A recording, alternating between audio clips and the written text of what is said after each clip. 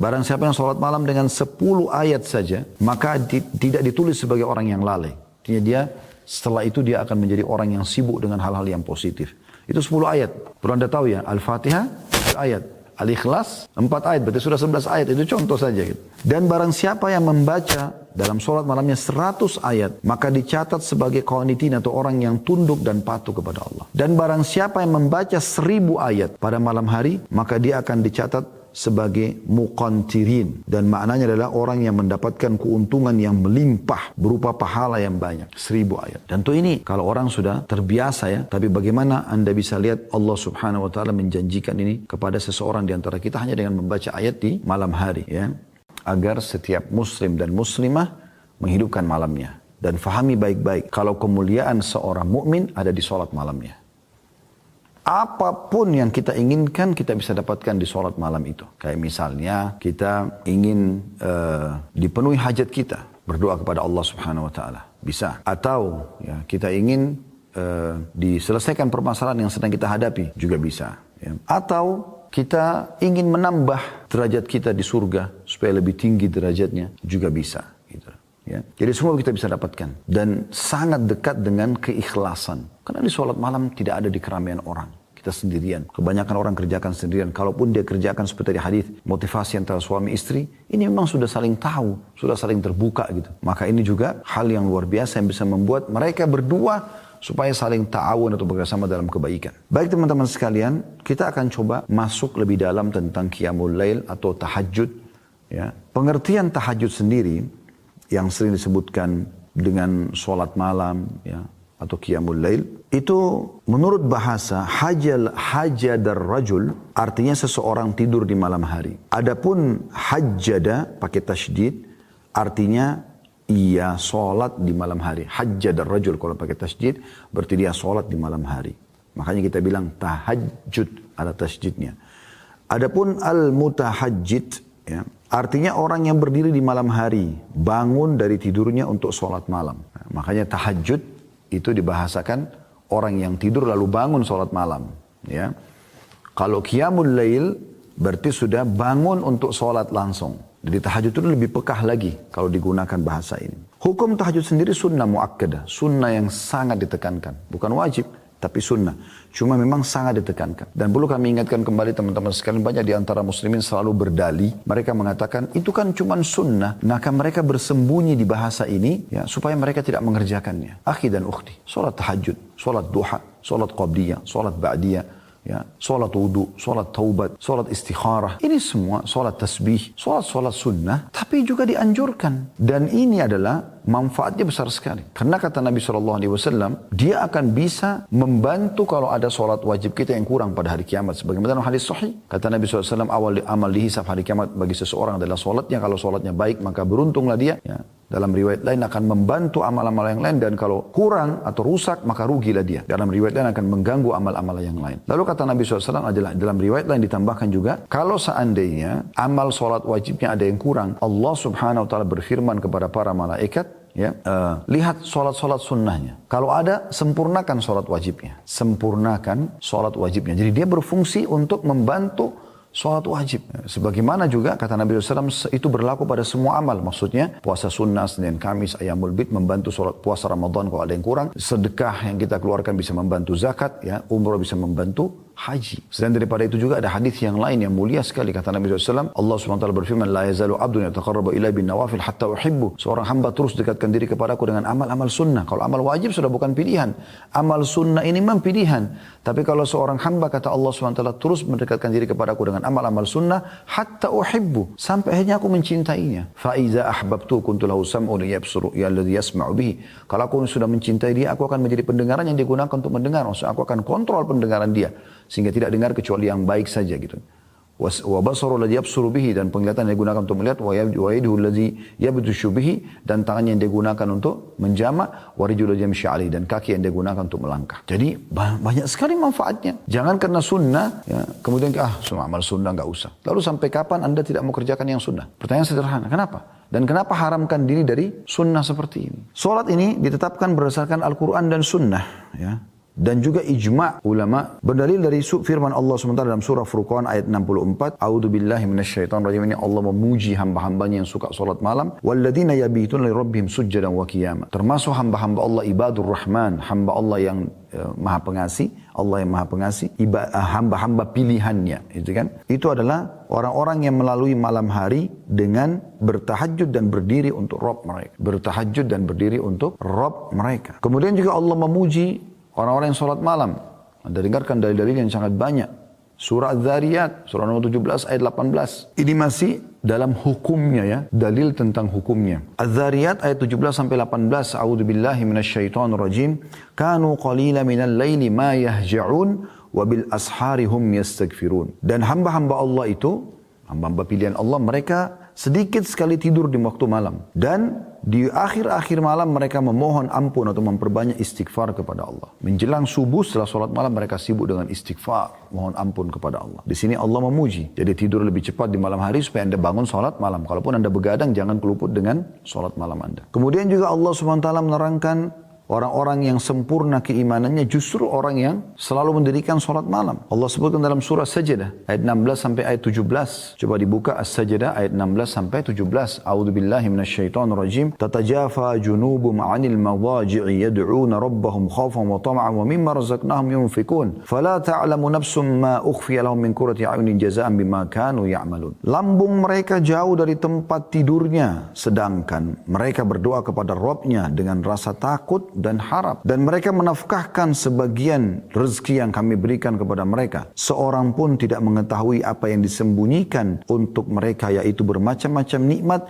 yang menyedapkan pandangan mata sebagai balasan bagi mereka atas apa yang telah mereka kerjakan. Perhatikan, saya ulangi di sini, Allah memuji mengatakan lambung mereka, berarti sisi tubuh mereka jauh dari tempat tidur mereka, maksudnya di malam hari. Sedang mereka sibuk berdoa kepada Rabb mereka dengan rasa takut jangan sampai masuk neraka, takut jangan sampai amalnya nggak diterima, dan berharap agar amalnya diterima dan berharap masuk ke dalam surga. Berada di antara dua hal itu, sibuk terus. Dan mereka menafkahkan sebagian rezeki yang telah kami berikan kepada mereka. Setelah sholat malam, besoknya sibuk dengan sedekah. Apalagi zaman sekarang bisa dengan transfer online, sangat mudah. Maka dengan itu semua, sholat malam dan sedekah ini, Allah menyiapkan hal-hal yang menyedapkan mata mereka, yang Allah sembunyikan. Ya, dan itu sebagai balasan terhadap apa yang telah mereka kerjakan. Nah, kita lihat di sini bagaimana dalilnya banyak sekali. Ya, Allah Subhanahu Wa Taala juga memerintahkan Nabi Muhammad Sallallahu Alaihi Wasallam untuk salat malam. Bisa dilihat dalam surah Al-Muzammil ayat 1 sampai ayat 4. A'udzubillahi minasyaitonir rajim. Kita lihat banyak sekali ayat demi ayat peringatan Allah Subhanahu Wa Taala tentang masalah anjuran untuk salat malam. Kita baru bicara tentang hukumnya ya. Sunnah muakkadah, ini semua dalilnya. Allah SWT berfirman Al-Muzammil ayat 1 sampai ayat 4. A'udzubillahi minasyaitonir rajim. Ya ayyuhal muzammil qumil laila illa qalila nisfahu aw inqus minhu qalila aw zid alaihi warattilil qur'ana tartila. Hai orang yang berselimut, maksudnya hai Muhammad. Karena Nabi SAW itu lagi berselimut lalu Allah perintahkan untuk bangun salat malam. Bangunlah untuk mendirikan salat di malam hari kecuali sedikit daripadanya, yaitu seperduanya atau kurangilah dari seperdua itu sedikit atau lebih ya, dari seperdua itu, dan bacalah Al-Quran dengan perlahan-lahan. Jadi Allah perintahkan Nabi SAW untuk salat. Subhanallah, ini kebiasaan Nabi SAW yang tidak pernah beliau tinggalkan. Sampai Aisyah Ummul Mukminin mengatakan Nabi SAW tidak pernah meninggalkan salat malam, baik dalam keadaan musafir atau mukim. Dan kalaupun beliau sangat letih, maka beliau tetap kerjakan sholat malam walaupun harus duduk. Itu saking luar biasanya beliau menjaga sholat malam ini. Ya. Kemudian wa afdalus sholati ba'dal faridah sholatul lail. Dan sholat yang paling afdal setelah sholat 5 waktu adalah sholat tahajud. Ini luar biasa ini. Jadi ini semua teman-teman dalil-dalil menunjukkan tentang masalah adanya anjuran sholat malam di dalam Al-Quran dan hadis Nabi SAW. Sekarang kita coba masuk lebih dalam membahas tentang keutamaannya. Apa yang memotivator kita untuk mau mengerjakan sholat malam? Maka bahasa kami tentunya adalah fadilah. Fadilah daripada amal tersebut. Ya. Fadilah akan kita kerjakan. Ya. Apa fadilah yang dijanjikan. Keutamaan dijanjikan oleh Allah Subhanahu Wa Taala. Ya kan kita kalau ditanya apakah anda ingin rajin beribadah, anda ingin menjadi orang soleh bagi laki-laki dan soleh bagi perempuan, saya yakin anda jawabannya iya. Karena anda tahu kalau anda menjadi orang yang soleh atau orang yang patuh kepada Allah, anda akan mendapatkan banyak sekali keutamaan. Karena anda akan kerjakan perintah dan meninggalkan larangan. Di dunia dijanjikan rezeki dan kebahagiaan, dan di akhirat dijanjikan masuk ke dalam surga. Tentu semua orang mau. Kami mengatakan teman-teman sekalian, kalau Anda ingin rajin mengerjakan sebuah ibadah, ini sudah sering kami sampaikan tapi kami ingatkan kembali. Bagaimana caranya? Coba baca dan cari tahu janji Allah di ibadah itu. Ingin rajin sholat malam seperti akan kita sebutkan sebentar lagi keutamaan sholat malam. Walaupun tadi ayat-ayat yang kita bacakan sudah cukup besar motivasinya untuk kita kerjakan sholat malam. Tapi nanti kita akan coba susunkan poin-poin khusus. Anda akan dapat satu, Anda harus mau sholat malam itu karena ini, karena ini, karena ini, karena ini. Jadi kita akan sebutkan. Kemudian juga Anda ingin rajin puasa, baca keutamaan puasa. Sedekah, baca keutamaan sedekah. Apa saja bakti sama orang tua, umroh dan haji, dan semuanya ibadah. Anda baca janji Allah. Ketika ketik di Google, tinggal ketik di Google. Ya. Keutamaan sedekah, keutamaan sholat malam. Dan buku-buku banyak yang terbit juga menyebutkan tentang keutamaan. Dan tidak asing dari zaman dulu sampai sekarang. Terus saja banyak di antara muslim menyusun buku tentang hadith-hadith dan dalil-dalil atau ayat Al-Quran dan hadith Nabi SAW yang berisikan motivasi untuk mengerjakan amal soleh. Demikian pula kalau Anda ingin meninggalkan satu perbuatan dosa, maka Anda tinggal mencari tahu tentang ancamannya Allah. Ya, ancaman Allah. Jadi kalau orang berbohong, orang menipu, orang berzina, dia ancam apa sama Allah? Nanti Anda akan tinggalkan itu. Sebagaimana tadi kalau Anda baca motivasi untuk ibadah, Anda akan rajin sekali untuk ya mengerjakan ibadah tersebut. Baik, kita akan masuk ke keutamaan yang pertama, ya, daripada sholat malam itu sendiri. Kalau ini tanda hamba yang bersyukur. Karena ini dicontohkan oleh Nabi SAW. Tanda syukur kita kepada Allah, kita kerjakan sholat malam. Sebagaimana kita tahu orang kalau bersyukur, pasti akan ditambahkan nikmat oleh Allah Subhanahu Wa Taala. Jangan teman-teman sekalian kita sholat malam justru hanya kalau ada masalah. Kan banyak orang begitu ya. Kapan dia sholat tahajud? Kalau penyakitnya nggak sembuh. Kalau utangnya lagi melilit. Kalau ada lagi masalah rumah tangganya. Kalau ada lagi masalah sama orang. Difitnah orang. Dan segala macam. Baru dia sholat malam. Seakan-akan sholat malam itu hanya tempat pelarian untuk menyelesaikan hajat. Walaupun itu tidak disalahkan. Kalau lagi ada masalah Anda sholat malam. Karena memang sholat malam, sebagaimana kita sebutkan, ya itu adalah waktu mustajab doa. Namun teman-teman, kita lebih diprioritaskan sholat malam bukan karena ada hajat. Tapi karena ingin bersyukur kepada Allah. Nikmat Allah terlalu banyak. Coba teman-teman buka mata kita. Ikutkan dengan buka hati nurani kita. Dan buka pikiran kita. Coba duduk sejenak. Di sekarang tempat Anda duduk ini. Perhatikan di sekitar Anda sekarang. Coba Anda sekarang ikuti pengajian ini, lihat di sekitar Anda. Yang sedang depan Anda meja, kursi, mungkin ada yang sedang di ruangan AC, Anda gunakan fasilitas komputer, dengarkan ceramah ini misalnya, atau handphone yang Anda pegang. Mungkin di dekat Anda, di meja Anda ada minuman, ada snack makanan sambil dengar pengajian. Ya. Pakaian yang Anda pakai, anggota tubuh Anda yang masih sempurna, jari-jari bisa digerakkan, mata masih bisa melihat, telinga masih bisa mendengar, mulut masih bisa mengucap, ya. Kemudian kaki Anda, anggota tubuh Anda masih berfungsi baik. Oksigen yang bisa dihirup oleh hidung, mata yang masih bisa menangkap cahaya sehingga bisa terpantul untuk kita lihat sekarang apa yang ada di depan kita. Telinga kita masih normal, masih bisa mendengarkan ya intonasi suara dan seterusnya. Ini aja teman-teman sudah luar biasa nikmat Allah. Luar biasa. Dan ini semua Allah kasih gratis. Makanya Allah berfirman dalam salah satu ayat dalam Al-Quran, A'udzubillahi minasyaitonirrajim, wa in ta'uddu ni'matallahi la tuhsuha. Kalau kalian mau coba-coba hitung nikmat Allah, kalian tidak akan mampu. Tidak akan mampu sama sekali. Berapa banyak orang teman-teman sekalian yang matanya sudah buta. Dia berharap bisa melihat langit ini, bumi ini. Anda dari lahir sampai sekarang, umur 20, 30, 40, 50 tahun, 60 tahun masih bisa gunakan mata Anda melihat. Tiap hari kita buka mata sudah bisa lihat semua. Warna-warni, ya, pemandangan, segala macam hal. Ini nikmat yang tidak bisa dihitung. Berapa banyak orang yang tuli berharap bisa mendengarkan apa yang sedang orang ucapkan depan mata dia. Orang teriak-teriak pun tidak bisa dia dengar. Anda bisa dengar apa yang orang ucapkan. Dari pujian Anda bersyukur. Dari ancaman pun Anda berhati-hati akhirnya. Berapa banyak orang yang bisu, tidak bisa ngomong. Mereka sulit untuk mengungkapkan kata-kata. Bukankah kita Alhamdulillah, Masya Allah, bisa mengucapkan kata-kata sesuka kita? Tinggal kita kontrol ucapkan yang baik dan jangan ucapkan yang buruk. Saya subhanallah tadi sebelum pengajian duduk sebentar duduk di atas meja. Sambil melihat di sekitar. Saya tidak tahu ada poin yang akan saya singgung di bahasan ini. Tapi saya tiba-tiba merenung gitu. bisa duduk, makan apa yang kita mau makan, minum yang kita mau minum, bisa ngobrol, bisa melihat, bisa mendengar. Nikmat Allah luar biasa gitu. Luar biasa. Dan memang nikmat ini jauh lebih banyak Allah berikan kepada hamba daripada cobaan. Cobaan datang sedikit sekali dalam hidup kita. Coba pertemukan teman-teman antara nikmat Allah yang melimpah dengan cobaan yang datang kepada hidup. Anda akan temukan ini jomplang sekali antara langit dan bumi. Nikmat banyak sekali, cobaan sedikit sekali. Kita 1 tahun 365 hari nggak pernah sakit, ya, sehat. Tiba-tiba kita sakit, tahun depan seminggu, demam, flu. Mungkin Anda 40 tahun, 50 tahun selalu merasakan nikmat. Sekali Allah coba ujian dengan mungkin beberapa kali Anda sedikit lapar. Maka cobaan itu sedikit hanya untuk melihat hamba ini diuji. Terima nggak sih? Sebagaimana kalau nikmat saya berikan, maka mereka terima nggak kalau cobaan saya kasih? Jadi ini poin pertama, kenapa kita sholat malam? Agar kita bersyukur kepada Allah. Dan dengan bersyukur berarti nikmat akan ditambah. Indah sekali itu teman-teman sekalian di malam hari yang hening. Ya. Anda bangun, coba zikir kepada Allah subhanahu wa ta'ala. Renungi ini baik-baik. Anda bangun, Anda renungi. Anda bangun malam, Anda tenangkan diri, zikir kepada Allah subhanahu wa ta'ala. Baca doa. Kami pernah ajarkan dan kami ingatkan kembali. Kata Nabi SAW, siapa yang terbangun di tengah malam lalu dia membaca La ilaha illallah wahdahu la syarikalah lahul mulku wa lahul hamdu wa huwa ala kulli syai'in qadir. Subhanallah walhamdulillah wa la ilaha illallah Allahu akbar wa la haula wa la quwata illa billahil aliyil azim. Allahumma gfirli. Anda kalau baca ini, kata Nabi SAW, maka Allah akan mengampuni dosa-dosanya yang telah lalu. Ngantuk sedikit, baik Anda lawan, Anda coba bangun kamar mandi, Anda cuci tangan dulu 3 kali sunnahnya Nabi SAW, lalu Anda wudu.